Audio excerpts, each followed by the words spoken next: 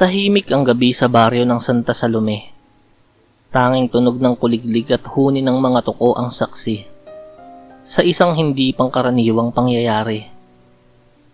Pauwi na si Jared, 16 na taong gulang. Payat ngunit may matang laging alerto. Galing siya sa gubat upang mangolekta ng mga dahon para sa takdang aralin niya sa EPP. Dahan-dahan siyang pumasok sa kanilang kubo, nagawa sa kawayan at pawid. Ngunit bago pa siya makapasok sa gilid ng silid, may narinig siyang tunog mula sa kusina. Parang may ngumangasab o sumusup sa puroon. Kumunot ang kanyang noo. Maingat siyang sumilip sa siwang ng pinto. Nagsimulang bumilis ang tibok ng kanyang puso. Nakita niya si Aling Rosa, ang kanyang ina. Nakaupo sa sahig. May hawak itong manok, ngunit hindi pa yun patay. Hawak ng kaliwang kamay ang mga pakpak, habang ang kanang kamay ay nakabaon ng kuko sa liig ng hayop. Nanginginig si Jared, habang pinagmamasdan ng ina, na dahan-dahang isinubo ang sugat ng manok at sinipsip ang mainit nitong dugo. Napaatras siya. Isang matining na kalansing ang pumukaw sa atensyon ni Aling Rosa para mapalingon sa anak. Duguan ng labi. Dilat na dilat ang mga mata. Ngunit hindi pa nanakot ang laman ng tingin nito, kundi paghingi ng unawa. Jared, bulong niya. Tinig na puno ng pag-aalala. Hindi na siya nakapagsalita pa. Tumakbo si Jared papasok sa kanyang silid at isinara ang pinto. Nilakasan niya ang radyo. Tila gusto niyang lunurin sa ingay ang kanyang nakita. Sa dilim ng kanyang silid, humiga siya sa banig. Ngunit hindi siya makatulog. Lumulutang sa isipan niya ang mga tanong. Bakit ganun si inay? Aswang ba siya? Bakit ngayon ko lang nalaman? Habang nakatitig sa kisame, may naalala siyang sinabi ng matandang albularyo noon. Kung hindi mo alam kung saan galing ang iyong lakas, baka galing ito sa kaliwa. Napaupo siya. Simula pagkabata, iba na siya. Mas mabilis gumaling ang sugat. Kayang-kaya niyang tumakbo sa gitna ng init ng hindi hinihingal. Kayang buhatin ang sako ng bigas mag-isa. Ang lahat ay inaakalang sadyang masipag lang siya. Ngunit ngayon, may duda na siya. Hindi ba't kakaiba rin ang kanyang panaginip tuwing gabi? Lagi siyang lumilipad, sumisinghot ng dugo, at may mga atungal ng hayop na bumubulong sa kanyang tenga. Kinabukasan, habang nag-iigib ng tubig, napansin niya sa likod ng bahay na may kakaibang liwanag sa lupa, nakatapat mismo ng puno ng saging, na may nakakunyabit na puso nito. Nilapitan niya ito at hinukay. Doon niya natagpuan ang isang pulang bagay, nakahugis ng puso ng saging. Tila nililok sa kristal, malamig sa palad ngunit tumitibok. Sa paghawak niya sa mutya, may tila umagos na kuryente sa kanyang mga ugat, lalong bumilis ang kanyang tibok ng puso. Napasigaw siya, ngunit walang tunog na lumabas. Napaluhod siya sa lupa. Pagmulat ng kanyang mata, nakakakita na siya ng malinaw kahit madilim. Naririnig niya ang bawat yabag ng langgam.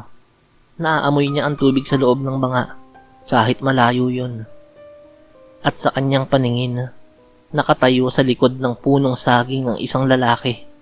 Maitim ang balat, matulis ang ngipin, at may mga matang pulang-pula. Ngumiti ito. Dumating na ang araw, Jared. Sabi nito. Ang dugo ay hindi nagsisinungaling. Hindi alam ni Jared kung bangungot ba ang nangyari o totoo. Nang magising siya ay nasa kama na siya. Umaga na. Ngunit ang mga pangyayaring naganap kagabi, ang dugo sa labi ni Aling Rosa, ang mutya ng puso ng saging, at ang pulang matang lalaking nagpakita sa kanya ay sariwa pa rin sa kanyang alaala.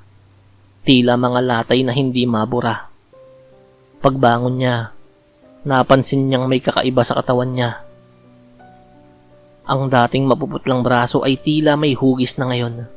Mas malaman, mas matikas. Sa bawat galaw niya, pakiramdam niya ay mas magaan ang kanyang katawan. Hinawakan niya ang isang tabo ng tubig at nadurog yon sa kanyang pagkakapisil. Anong nangyayari sa akin?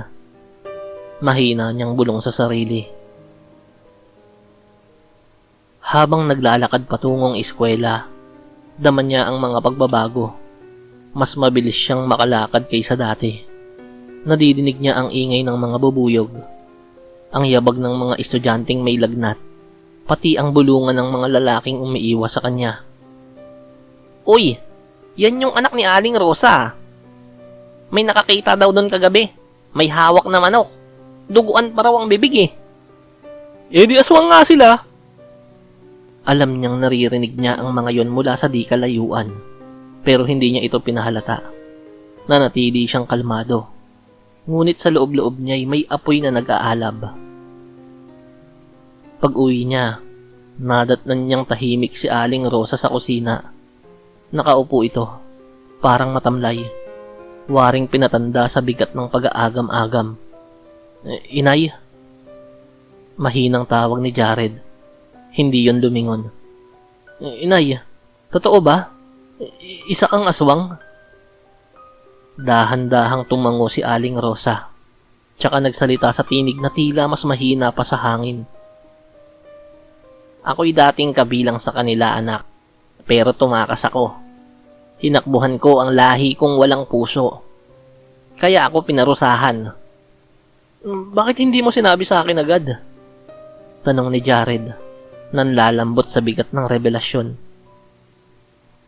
Para kang halaman na gusto kong lumaki sa liwanag, anak. Hindi sa ilalim ng gabi. Pero nagising na ang dugo mo at ang mutya. Kapag napili ka nito, hindi ka na makakatakas. Mutya? Ano ba talaga yun, Nay? Sumulyap si Aling Rosa, ang mga matay namumugto. Iyon ang puso ng gabi, anak. Kapag tinanggap mo ang buong lakas nun, magiging higit ka pa sa tao. Pero mas magiging malapit ka rin sa pagiging halimaw. Kinagabihan, hindi siya makatulog. Tumayo siya at pumunta sa bakuran. Kinuha niya ang mutya mula sa pinagbaunan. Tinitigan niya ito sa ilalim ng buwan. Sa bawat pintig nito, tila tumutugon ang kanyang sariling puso. Kung ito ang kapalaran ko, hindi ko ito gagamitin para saktan ng mga inosente. Nang bigla, isang sigawang gumising sa katahimikan ng gabi. Tulong! Tulong po! Agad siyang sumibat.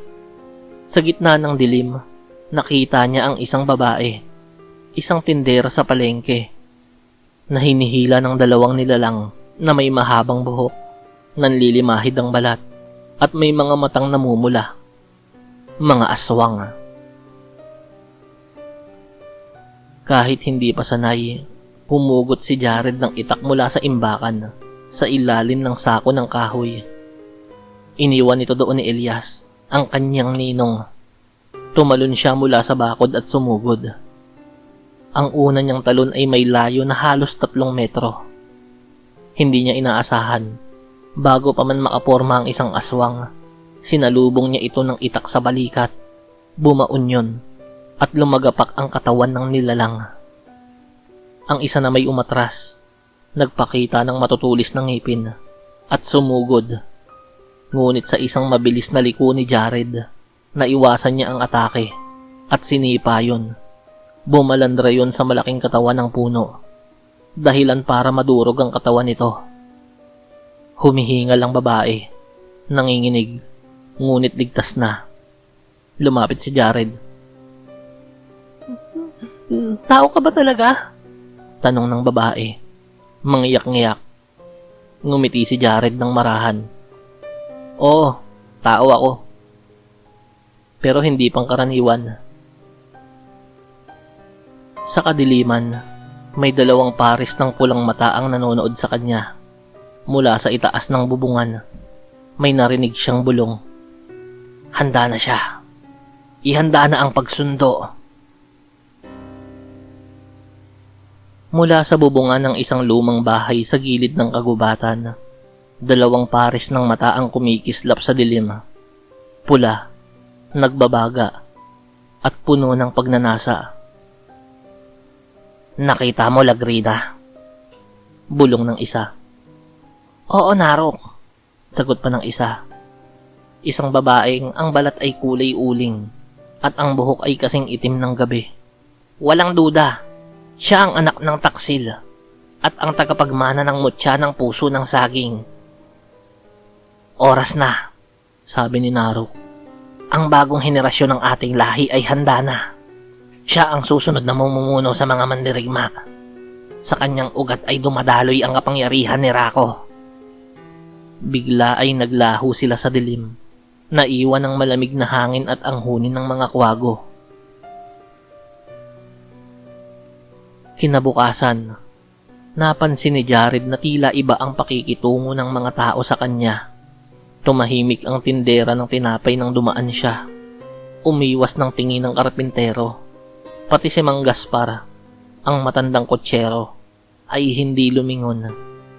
Pag-uwi niya, nadatnan niyang may mga nakasabit na tuyong palaspas sa labas ng kanilang bahay. Nay, may problema ba? Tumango si Aling Rosa. Hindi na nagulat. Ipinaparamdam ng mga tao ang takot, anak. Hindi nila maiintindihan. Ang dugo nga natin ay panira sa kaayusan ng pangkaraniwang buhay. Pero mas malala pa riyan ang mga darating. Napakunot noo si Jared. Mas malala pa? Hindi na siya sinagot ng ina. Sa halip, pumasok ito sa kanilang silid at kinuha ang isang antigong baul. Mula rito, inilabas niya ang larawan ng 3 nilalang. Isa ay mukhang tao na may itim na balabal. Isa ay mukhang uwak. At isa ay babaeng may pakpak sa likod at mga kuko na abot sa tuhod. Sila ang mga tagapaghatid ng pagbabalik mo, anak. Paliwanag ni Aling Rosa. Ang mga tito at tita mo, sila ang mga unang maghahanap sa'yo. Kinagabihan, bumisita si Ninong Elias sa kanilang bahay. May bitbit siyang isang itim na bag. Ito ang kinakatakutan ko, aniya, habang isinasara ang pinto.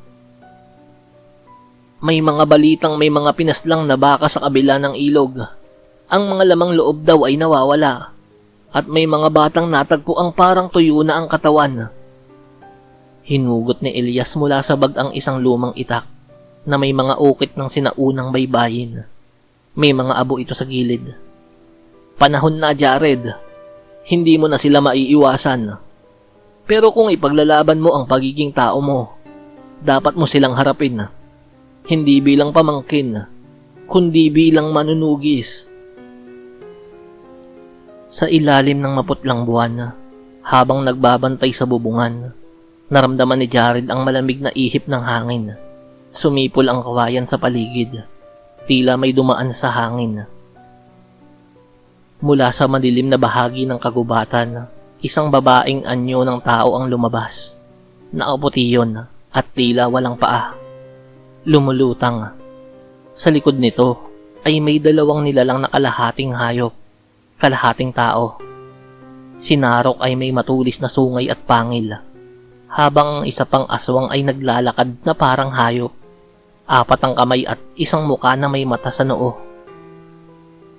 Sumama ka sa amin, Jared. Wika ni Lagrina. Ang tinig ay tila paos. Huwag mo nang ipilit ang pagiging tao. Ang hinaharap mo ay hindi dito. Sa ating angkan ka na babagay. Doon, isa ka sa magiging tagapamuno. Ngunit na natiling matatag si Jared. Hawak ang itak. Ang dugo nyo ay hindi dumadaloy sa akin. Pero ang puso ko ay akin. At hindi ko ibebenta ang aking kaluluwa sa inyo. Sayang, ani Narok. Sabay sigaw na para bang atungal ng mabangis na hayop. Tumalon si Jared, sinalubong ni Narok sa ere. Nagpang-abot ang kanilang mga palad at kamao. Bumagsak sila sa lupa na parang kidlat. Si Lagrina naman ay bumuga ng itim na usok. Tinangkang bulagin si Jared. Ngunit nakapikit si Jared habang gumagalaw. Ginagamit ang pandinig, pang-amoy, at ang pakiramdam. Sinaksak niya ang katawan ng aswang na katawang hayop sa tagiliran nito, gamit ang itak. Umalingaw-ngaw ang sigaw nito. Si Narok ay humugot ng dalang espada. Ngunit sa isang mabilis na ikot, ay nailagan at nakontra ni Jared ang pag-atake nito. Tinamaan niya si Narok sa balikat. Tumalsik ang dugo noon. Si Lagrina na galit na ay nagbukas ng malalaking pakpak at tinangkang lumipad. Ngunit sa ere pa lang ay naroon na rin si Jared dahil sa mataas na pagtalon nito. Inabangan niya si Lagrina at inundaya ng saksak sa dibdib. Bumagsak ang tatlo sa lupa. Sugatan. Tumitig si Jared sa kanila. Sabihin nyo sa mga natitira pang lahi nyo, hindi ako magiging katulad ninyo. Umatras ang tatlo. Gumapang pabalik sa dilim. Ngunit bago tuluyang mawala, nagbanta si Lagrina. Hindi mo maiiwasan ang araw ng pagkagising, Jared. Darating siya, si Rako, at wala kang kalaban-laban sa kanya. Sa loob ng bahay, habang nililinis ang dugo sa kanyang sugat, napatingin si Jared sa mutya. Patuloy itong tumitibok. Tila nabubuhay sa bawat halimaw na kanyang nakakalaban. Wala pang araw nang pumarada ang lumang motorsiklo ni Ninong Elias sa gilid ng kanilang bahay. May sakong puno ng gamit na itim, pulang pamigkis, mga bote ng langis, pulbos ng ugat, mga itak, at mga anting-anting na tila naglalaman ng lihim na kapangyarihan. Hindi pa man nakakapagsalita si Jared, binigyan na siya ni Elias ng matalim na tingin. Wala nang atrasan, Jared. Anito habang hinuhugot ng itim na kalasag na may ukit ng mata sa gitna. Hindi ka ordinaryong tao at hindi ka rin ganap na aswang, pero maaari kang maging pinakamatinding tagapuksa nila. Ilang kilometro ang layo mula sa baryo, sa ilalim ng mga talahiban at masukal na kagubatan.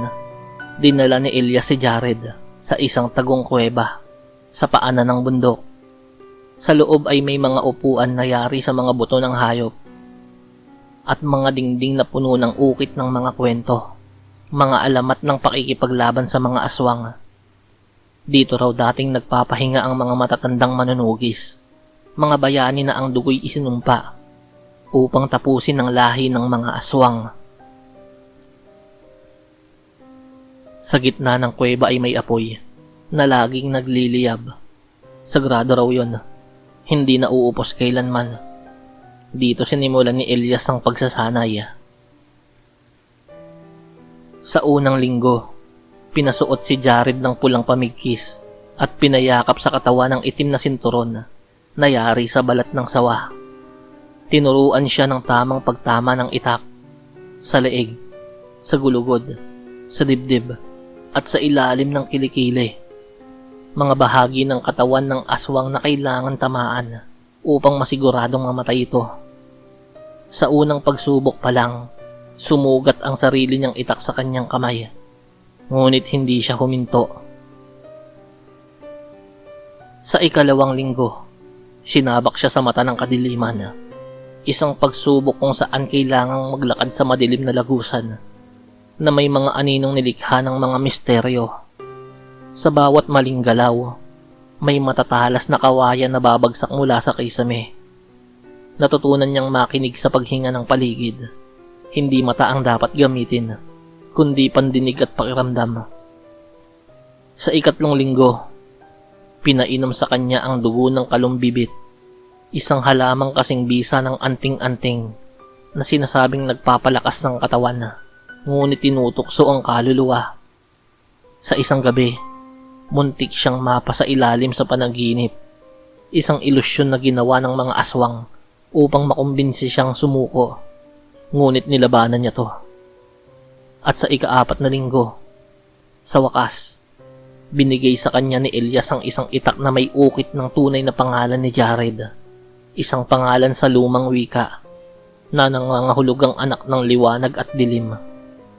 Sa sandaling yun, parang may dumaloy na bagong sigla sa kanyang katawan. Ipinangako niya sa sarili.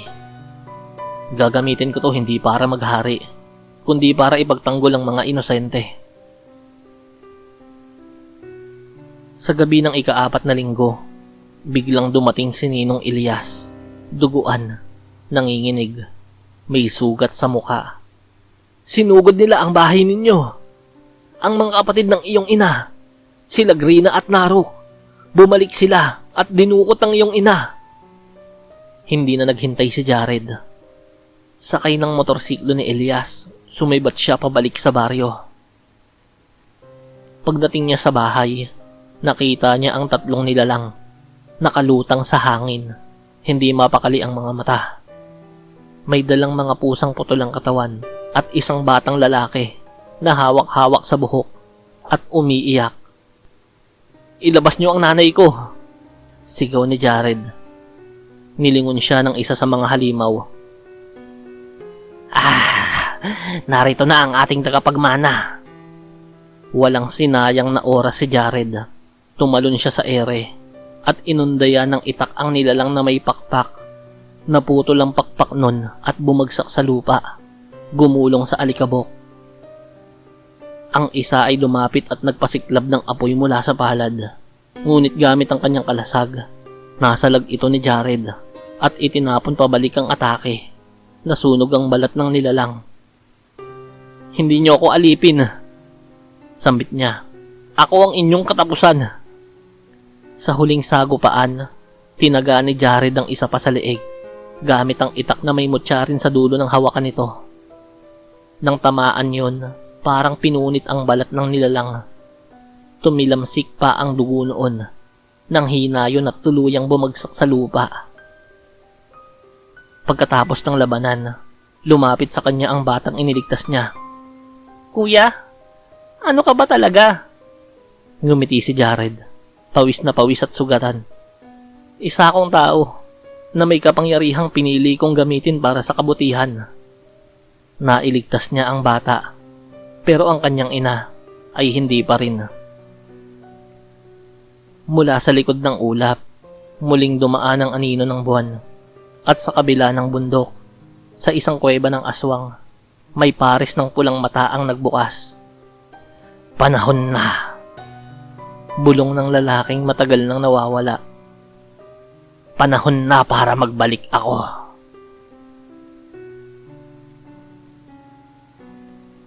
Sa gabing ang buwan ay mistulang dugo sa langit, dumagundong ang lupa sa paanan ng bundok ng lintaon.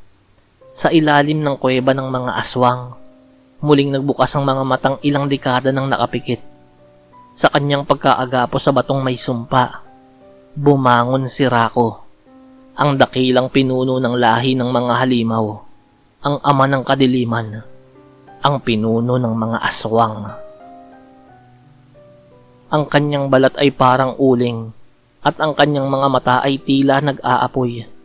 Ang kanyang tinig ay parang bulong ng libo-libong kaluluwang nawawala.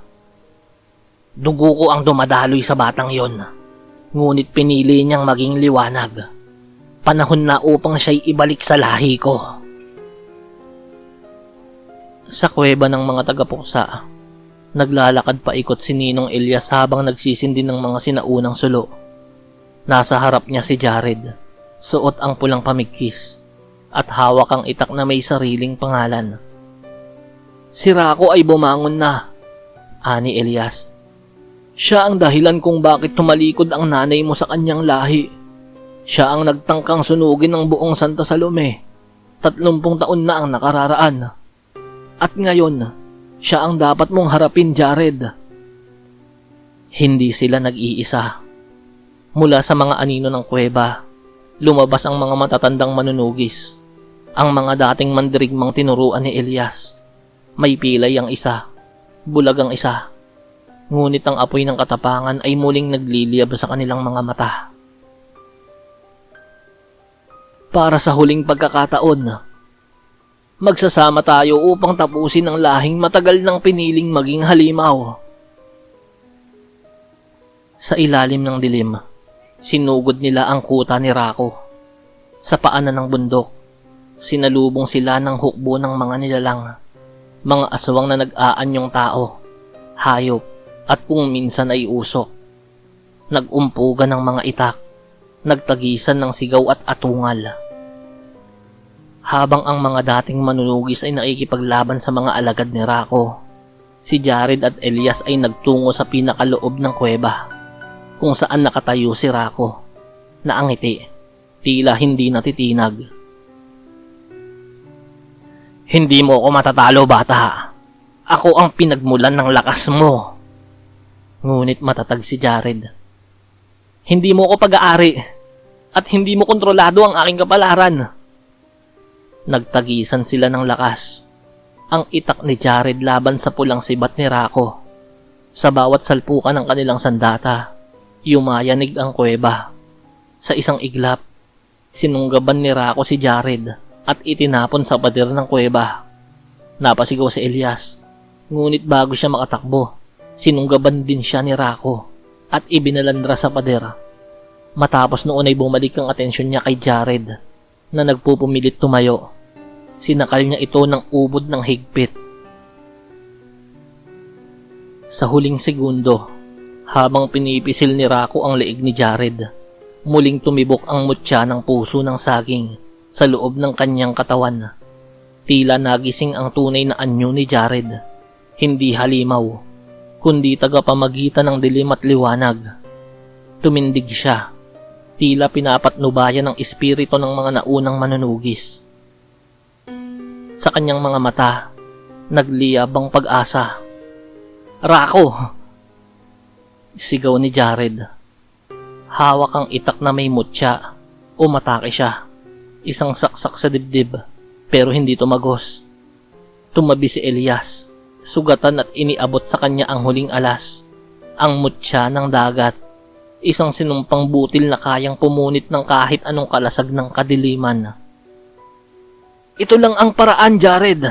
Gamitin mo. Itinusok ni Jared ang anting-anting sa hawakan ng kanyang itak.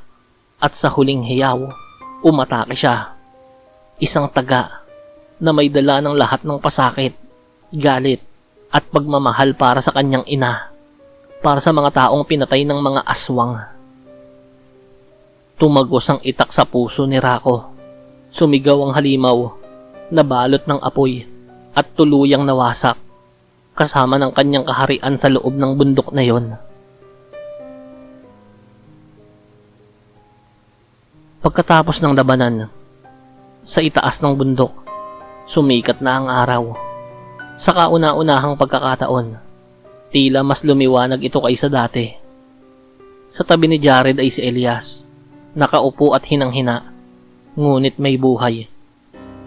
Tapos na, bulong ni Elias. Tapos na ang paghahari ng kadiliman. Nang bumalik sila sa baryo, ay sinalubong sila ng mga tao. Hindi natakot sa kanila, kundi may respeto at pasasalamat. Si Aling Rosa ay buhay. Nailigtas nila sa mga aswang matapos mapatay ang pinuno ng mga ito. Anak, nailigtas mo kami. Niligtas din ako ng pagmamahal mo, inay. Sagot ni Jared. Sa ilalim ng punong saging, muling ibinaon ni Jared ang mutya. Ang kapangyarihang ito ay hindi para sa pagmamataas, kundi para sa pagprotekta. Kung muling babalik ang dilim, narito lang ako.